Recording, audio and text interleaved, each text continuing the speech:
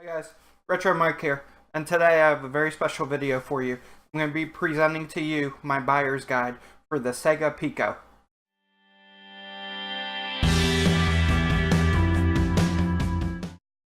Alright, so this is the system. My box is a little beat up. I do have it complete in box. So the SEGA Pico, for those who don't know, was a edutainment system, a game system released by Sega in the early 90s. It was around 1994. In the US, it lasted till 1998. In Japan, they made games till 2005. A lot of people say it's not very successful. However, when you compare it to other edutainment systems from that era, in the US, I think it actually was quite successful. I'll be showing you the hardware in a minute. Just take you around the box. So their slogan was, "The computer that thinks it's a toy." It was basically Sega Genesis hardware that used a storybook type cartridge. So it was basically a cartridge with usually about 5 pages on it. Each page was a level within the game, per se. They're all educational based games. Go ahead and show you a unit. So this is the actual Pico unit. Does have a handle on it. Resembles some of the later 90s VTech laptop computers. It was, not sure if you can see that, but it was composite only, mono audio, and then AC jack on that side. The rest of it's pretty solid. And then there's a unlock switch to drop the lid.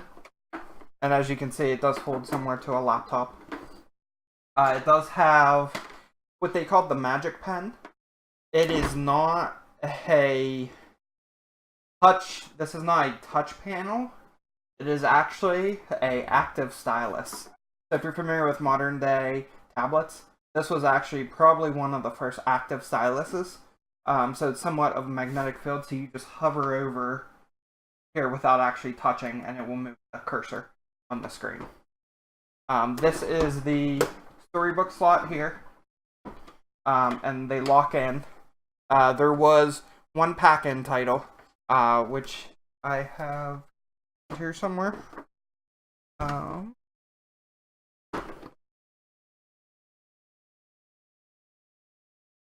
Right here.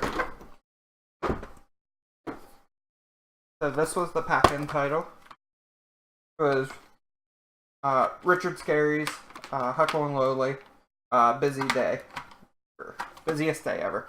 So this is what a cartridge actually looks like.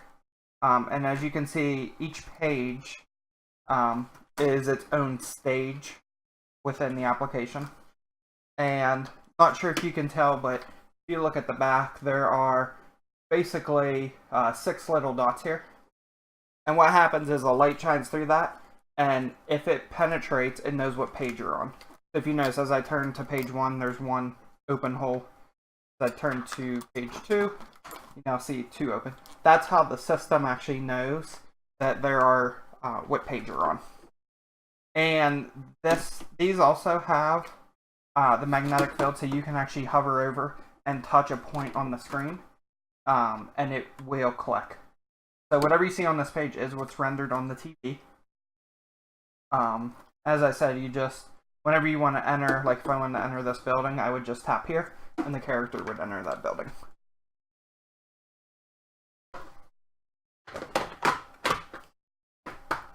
There are 4 directional buttons that are unlabeled. Essentially what they did is they did 4 buttons and 1 big button.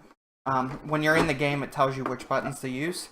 Some games use the stylus as well as the buttons, and some to move the character through.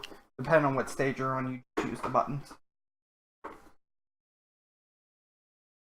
So, as I mentioned, a lot of people say it wasn't very successful in the US. So, Japan got over 300 games, US got 20 games. I do have all the games here. Before I get into that, one thing I did want to bring up is, when I think about the system, you know, I think it was quite successful in the US. Yeah, 20 games over a 4-year span isn't great, but when you compare it to its competitor, I have one here. So this is the Socrates, which was also another edutainment system. And this one was made by VTech, I believe. It only had 3 games released for it. And it's a pretty awful system. So this one is RF only. You have it in and out. There's detachable. I'm not going to go into this too much. It is what it is. I just wanted to bring it up for comparison. It is not a good system. While the Pico's not great, it's certainly a lot better than this.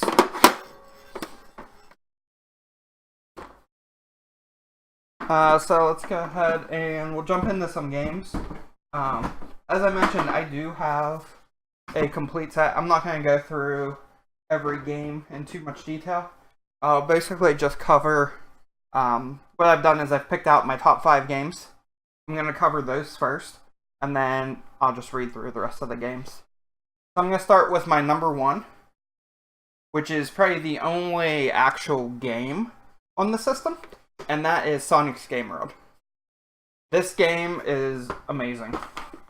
So, and within this game, and what you'll notice is the SEGA cartridges are a different color than some of the other ones. The cartridges, they come in 3 different colors. Red, yellow, and this like bluish teal. So within Sonic Game World, there are a bunch of mini games that you play. So there's a racing mini game. There is a flip through. So this is the racing mini game. Then there's a basketball mini game, and then there's what they call Sonic Ball, which is basically skee ball. So there's that mini game. There's a whack-a-mole game featuring Dr. Robotnik, where you're basically Sonic and you just whack at his head. That game's really fun. It uses the stylus to move around, and then it uses the big button on the controller to actually hit the whack the hammer. So that's pretty cool. And at the end of a lot of these, what you'll notice is there's actually a drawing stage where you can basically use a pencil or a paint spray can. It has an eraser. It has different colors where you can just free draw on the actual screen, which is cool. So that is Sonic Game World. One thing I do want to mention before I go to the next ones is that I have all of these in custom, not custom game cases, but in Japan and Europe, these games were released in clamshells.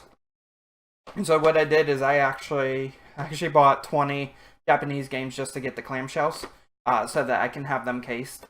In US, we had cardboard boxes only, which obviously don't stand up with time. They do deteriorate, and so I like the clamshells. So I have the clamshells. I reprinted the cover art with custom spine labels. And so that is Sonic Game World. Like I said, that's my number 1. Number 2 would have to be Tails Music Maker. This game is really fun, and if you're a Sonic fan, you will love this. So this game, the first board is actually Green Hill Zone. And here you can kind of see it in the picture. But if we move, you basically are playing Sonic 1 as Tails. You're basically playing the first level. So nothing's high speed, there's not too many enemies, there's no coins or anything, but you're basically running and jumping across stage 1 of Act 1. So it's really cool. That stage alone probably is what puts it at number 2 for me. I love that stage of Sonic. And then there's some other neat levels.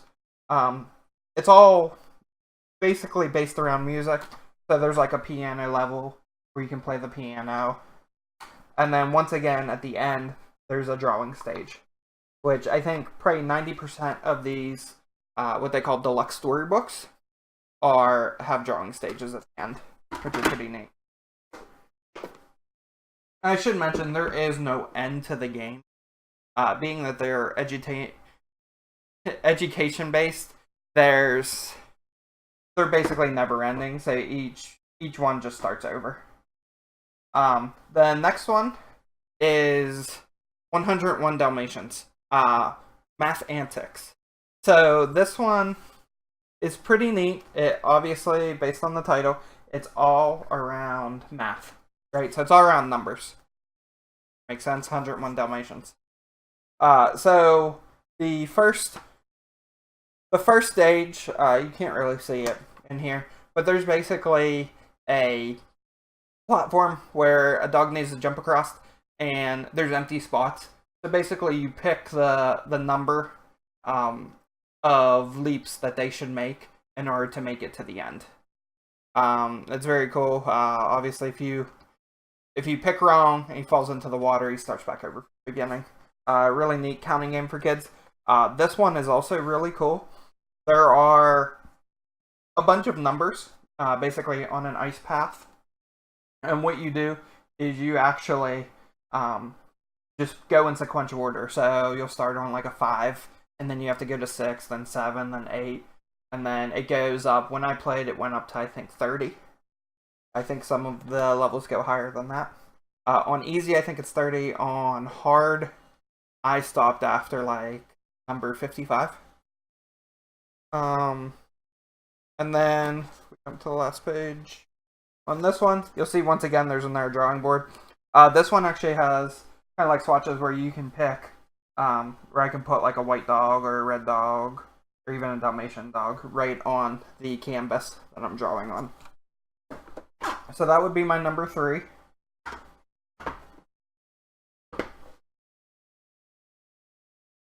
Okay.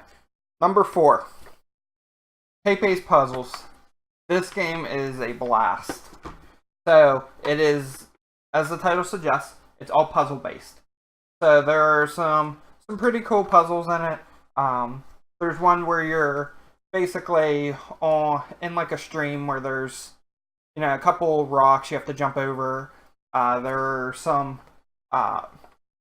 enemies that are basically throwing logs down the river that you have to make sure you avoid. It goes with the flow of the stream, and it actually increases with difficulty the levels. So that one is pretty neat. It's very progressive. There are some other puzzles in this one as well. I find this to be a really good puzzle game. This one does not have the drawing at the end of the game, which is fine. It's a great puzzle game. The Pico is intended for ages 3 to 7, I believe. This would not be for a 3-year-old. It's a little bit more complicated. You're probably looking at more around the 5 to 7 range, I would guess, for that one. And number 5 on my list is also a wonderful game. This one isn't necessarily a game as much as a learning tool. So this is Mickey's Blast to the Past. So this one basically will take you through. So the first stage is a space shuttle. You go in the space shuttle, and then it gives you basically a brief overview of 5 points in history. And then the rest of the stages are around those 5 points in history.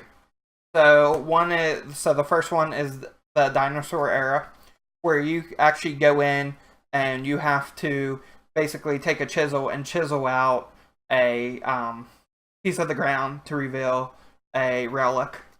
So that one was cool. And then there's the Renaissance Era.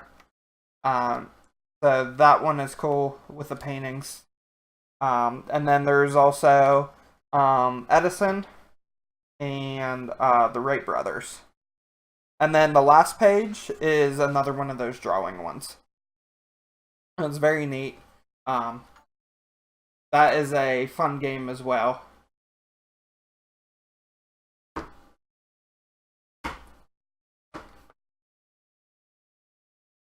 Alright, so that's my top 5. I'll just real quickly cover the other ones. So we've got Crayola. So there's a Crayola game. There's a Magic School Bus game. Muppets. Berenstain Bears. There is a Magic Crayons game. I covered the pack-in, which was scary. And then Musical Zoo. This one's pretty neat. It's a bunch of zoo animals that basically, once you tap on them, they emit music sounds. And then there is the Great Counting Caper, which is another counting game. Smart Alex and Smart Alice. So that one is pretty cool as well. This is one of the harder ones to find, along with the Counting Caper. And then Adventures with Jack and Jill. Echo Jr. It's a decent Sega title. There's parts of it that are okay. It's very difficult. Even for me, somebody who loves Echo on the Sega Genesis and Sega CD, it's very difficult to play that game. And then The Lion King, which is very neat. You jump between rocks. There's a couple cool episodes there. And Winnie the Pooh. And then the last two, there's a Sesame Street Alphabet game, which is really cool. Kind of goes with the numbers, but it's alphabet based. And then there's Pocahontas. Pocahontas I also found to be quite difficult. So that's all the games for the Sega Pico. I hope this helps you collect for the Pico. I think it's a great system. I really enjoy it. It's great for kids. It's not something you're going to play a lot of. Playing Game Road is a blast. But all of these games are very short attention span based.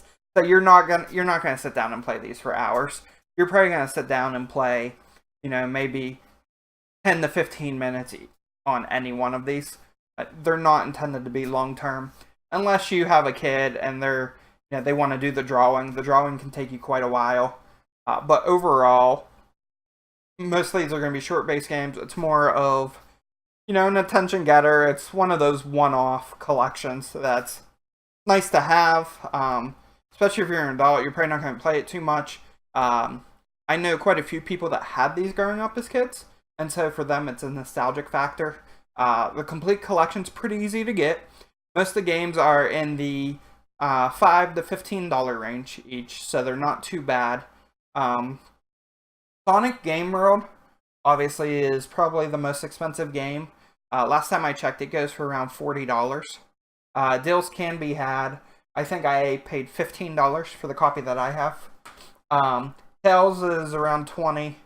And then the last three games that I got that I actually found very difficult to get were the Great Counting Caper, Smart Alex and Alice, and Adventures with Jack and Jill. So those three ended up... There was a guy on eBay that went $75 a piece for each of those. Ended up making him an offer of around, I think, $15 each is what I ended up getting them for. But it took me quite a while just for those to pop up on eBay. So if you see any of those out in the wild, I definitely suggest picking them up, as well as Sonic and Tails or any of the top five. Mickey is pretty cheap. It's pretty easy to get. I think at one point I probably had 6 or 7 copies of it. At a recent convention, I sold a couple Pico systems. They were not boxed. They were loose Pico systems. They actually sold within minutes of the convention starting.